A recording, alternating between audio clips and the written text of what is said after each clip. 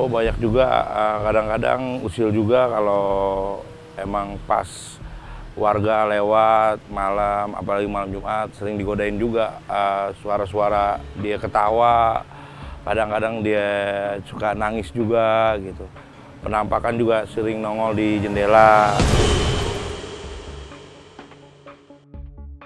Kalau lihat sih belum, cuma kalau buat sering dengar suara kalau lagi pas shift ronda untuk kampung, sering juga dengar sesuatu suara-suara yang mistis lah. Kayak dia ketawa, banyak orang ngobrol, kayak rame-rame gitu di tengah malam.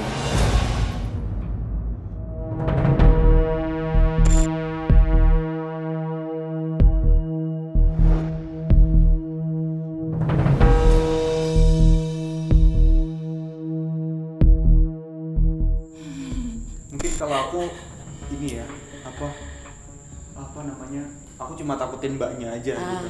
Kalau aku kan Mas, lindungin saya ya. Siap mbak, siap. Oke guys, ini makin makin mengganggu nih podcast kita kali ini. Jamnya juga sesuai ya Mas ya? Iya, jamnya udah menunjukkan sekarang pukul hampir tengah malam ya teman-teman. Dan kita dan makhluk-makhluk seperti ini udah mengganggu kita, udah mulai aktif gitu. Jamnya udah pada keluar ya? Iya, udah pada keluar mbak. Oke, gimana mbak? Mau dilanjutin atau enggak? Aku gimana ya? Aku nggak enak sama mbaknya. Selama Mas Danu ada di sebelah saya, mengamankan saya cukup tenang. Meskipun saya menahan. Oke. Jangan tertipu sama senyum saya ya Mas ya. Hati saya bergemuruh. Oke, siap mbak. Sini kita pengen nanya aja sih seputar perias jenazah, karena menurut aku tuh unik banget ya. Dia tuh unik, jarang banget di Indonesia gitu kan. Aku tuh kenal siapa ya, waktu itu baru kemarin buka YouTube perias jenazah, itu baru ada 2 orang gitu. Itu yang terkenal sih. Cuma pasti ada perias jenazah lainnya yang mungkin tidak seterkenal mereka, tapi pasti adanya. Iya. Ada dong. Ada. Dan itu banyak. Mungkin cuma tidak terekspos saja oleh media. Betul. Oke mbak, apalagi ya seputar soal perias jenazah yang mau aku tanyain itu, mbak pernah nggak sih mimpi atau mimpi didatengin sama beliau, entah cuma sekedar say thank you atau mau menitipkan pesan apa gitu, si beliau yang sudah meninggal ini ke mbak, pernah nggak sih? Kalau mimpi untuk mengucapkan terima kasih, saya belum pernah ngalamin. Mudah-mudahan enggak ya, mudah-mudahan. Cuma kalau mimpi, misalnya besok mau ada kerjaan, itu pernah. Jadi ngimpiin jenazah aja, saya lagi kerja gitu kan. Percaya nggak percaya besoknya ada panggilan. Oh gitu. Jadi dia ngabarin kalau besok ada panggilan untuk pekerjaan. Oh gitu. Ya. Cuma nggak setiap saat seperti itu, tapi pernah. Didatanginya itu sosok beliau atau cuma sekedar suara jelas aja? Wajahnya maksudnya saya nggak yang ternyata ini yang datang ke mimpi saya, nggak. Wajahnya ya bukan beliau, maksudnya bukan jenazah itu. Cuma saya lagi kerja gitu kan. Merasa saya lagi kerja ngerias jenazah, besoknya ada panggilan. Oke mbak. Aku tuh masih ada beberapa hal nih yang masih mau aku tanyain ke mbaknya. Kalau untuk merias jenazah, itu ada tekniknya nggak sih? Atau sama aja kayak make up artis pada umumnya? Untuk si merias jenazah ini?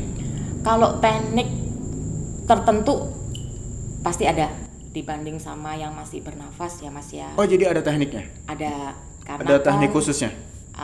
Sedikit lah, nggak terlalu banyak. Oke. Misalnya kulit wajah itu kan teksturnya udah berubah antara yang sudah bernafas dengan yang masih bernafas gitu kan. Dan kalau yang bernafas misalnya kita awalnya kita kasihin produk ini gitu kan. nanti kalau yang jenazah yang misalnya meninggalnya sudah lama, terkadang itu pihak keluarga memanggil saya tuh nggak begitu meninggal langsung dihubungi, ada yang nggak seperti itu, ada yang setelah beberapa jam baru ngabarin, baru manggil. Mungkin mereka masih panik atau apa ya, baru kepikiran oh ya aku mau ngerias. Jadi setelah jenazah itu udah kaku ya, udah kaku. Bahkan ada pengalaman itu, maaf bukannya apa, keras banget, kayak Mas Danu kalau meninggal batu kali itu ya itu seperti itu. Keras banget. Nggak tahu itu kenapa, atau dari jenis formalin atau gimana, pokoknya saya rasa keras banget kayak gitu. Dan itu kan kalau sudah kayak gitu kan otomatis pori-porinya udah tertutup. Jadi itu supaya foundation bisa nempel, kita ada teknik yang tidak bisa diaplikasikan ke yang masih bernafas. Itu ada teknik sendiri supaya membuat foundation itu menempel. Kalau untuk jenis make upnya itu sama atau enggak? Jenis make upnya sama seperti yang dipakai untuk yang masih bernafas, masih sama. Oh, masih sama. Iya, karena di Indonesia kan memang belum ada spesial produk yang untuk jenazah ya. Jadi kita masih pakai yang sama seperti yang bernafas. Masih sama ya. Oke Mbak, tentang tadi keluarga yang ada nggak sih keluarga yang request aneh gitu ke Mbak, yang nyeleneh menurut Mbak? Atau beliau sukanya tuh pakai ini gitu? Atau gimana? Kalau aneh, menurut saya nggak pernah menganggap itu aneh, karena kan masing-masing keluarga tuh punya apa ya? Punya keunikan, punya gitu keinginan. Kan. Makanya yang semasa almarhum hidup mereka kepingin juga dilakukan pada saat sudah meninggal. Iya benar-benar.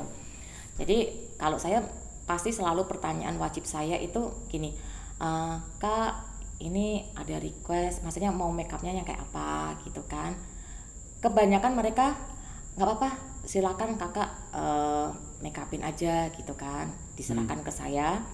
Ya sudah saya make upin.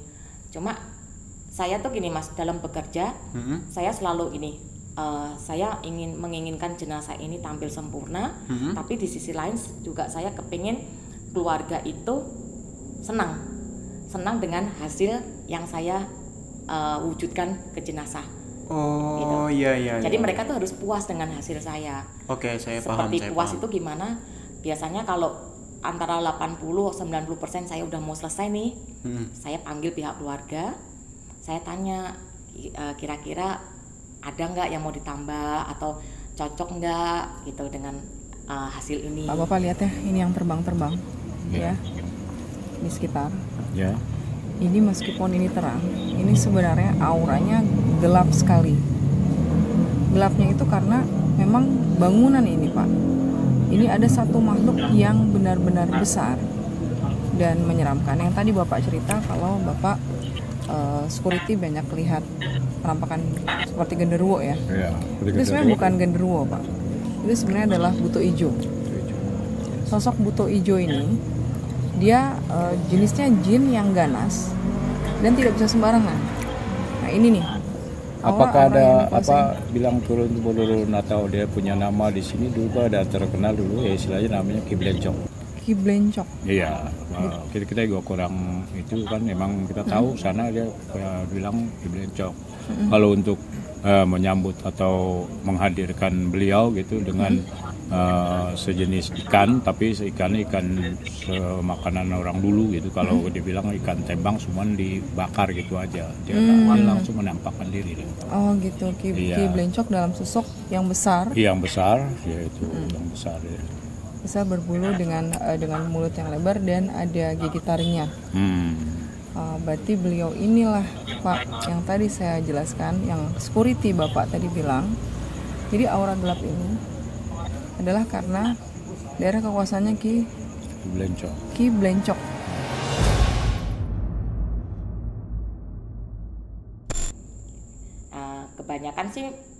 Kebanyakan yang minta ditambahin tuh warna lipstiknya aja. Warna lipstiknya aja. Ada yang suka merahnya mau merah darah gitu kan. Atau ada yang minta sesuaiin dong sama warna kebayanya yang ini, misalnya ada keungu-unguan gitu kan. Nah meskipun saya pada saat itu nggak membawa lipstik warna ungu, mau nggak mau saya harus mewujudkan permintaan keluarga. Gimana caranya? Saya racik-racik aja Mas di saat itu. Antara beberapa warna saya racik dulu di tangan, saya coba-coba cocok. Sampai bisa menghasilkan warna Iya, ungu. Iya, sampai keluarga puas. Oh iya ini udah. Luar biasa banget teman-teman, nggak nyesel ngundang Mbak Julia Wati ini untuk datang ke acara podcast Kabar Misteri.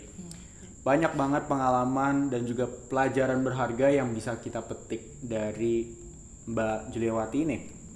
Nah Mbak ini kan rumahnya di mana Mbak kalau boleh tahu?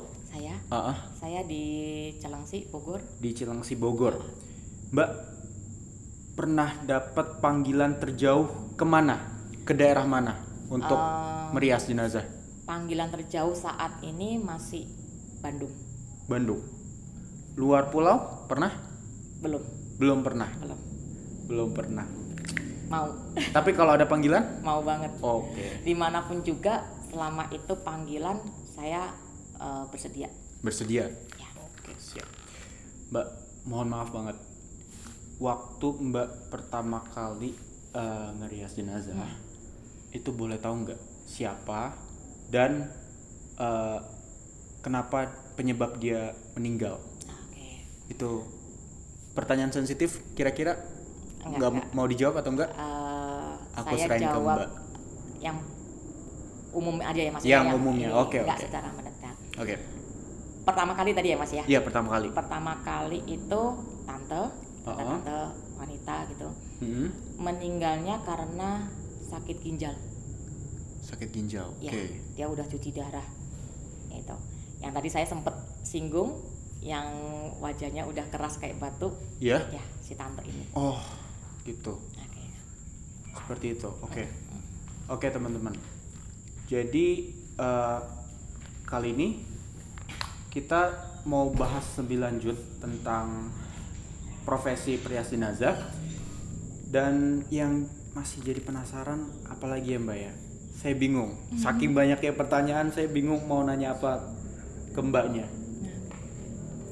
Mbak, kalau untuk jenazah laki-laki dan perempuan itu apakah make upnya, maksudnya apa ya, yang periasnya itu harus laki-laki atau perempuan atau fleksibel gitu? Gitu. Kalau untuk meriasnya aja nggak ada. Tetap saya pegang. Oh, jadi cewek cowok Mbak juga pegang? Iya. Oke. Kalau untuk mandiin enggak ya. Kalau mandiin saya khusus untuk yang wanita aja. Oh, kalau mandi Mbak khusus wanita aja? Iya. Oh gitu. Tapi kalau untuk make up bisa cewek, bisa cowok.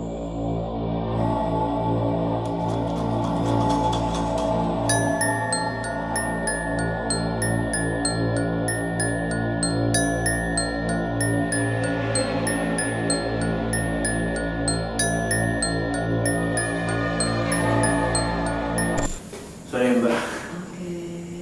Saya nggak tahu kenapa ya. Menjelang podcast ini tuh ada satu sosok yang apa ya?